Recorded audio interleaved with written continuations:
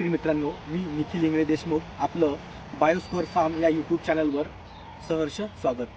हा beetle guard म्हणजेच कारल्यांचा plot आहे. जवळपास हा 42 दिवसाचा प्लॉट झालेला आहे. आपण बघू शकता की या कारल्यावर मोठ्या प्रमाणामध्ये मावा या किडींचा प्रादुर्भाव झालेला आहे.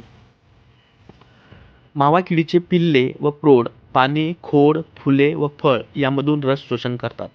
मावा किडीच्या प्रादुर्भावामुळे पाने पिवळी पडतात, पाने ही वाकडी होतात, झाडांची वाढ खुंटते, पानावर चिकट द्रव साठतो व त्यावर काळी बुरशी वाढते.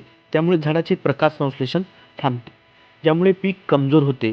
त्यासाठी किडीचा प्रादुर्भाव होण्याअगोदरच आपण नियंत्रण करणं गरजेचं आहे. नियंत्रण करण्यासाठी आपण कोणत्या गोष्टीच्या उपाययोजना केली पाहिजे?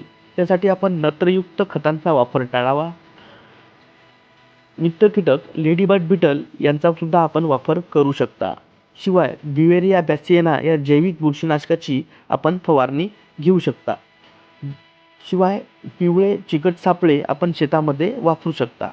जर प्रादुर्भाव हा जास्त प्रमाणात असेल तर आपण काही केमिकल पेस्टिसाइड्स आहेत, ज्यामध्ये UPL कंपनीचं उलाला, ज्यामध्ये घटक आहे सोनिकॅमिड 50% WG. हे एक सिस्टेमिक इन्सेक्टिसाइड आहे. याची ट्रान्सलॅमिनार ॲक्शन आहे, जे आपण 15 लिटर पाण्यासाठी 6 ग्रॅम वापरू शकता. शिवाय दुसरं बायर कंपनीचं ॲडमायर आहे, ज्यामध्ये घटक इमिडाक्लोप्रिड 70% WG आहे.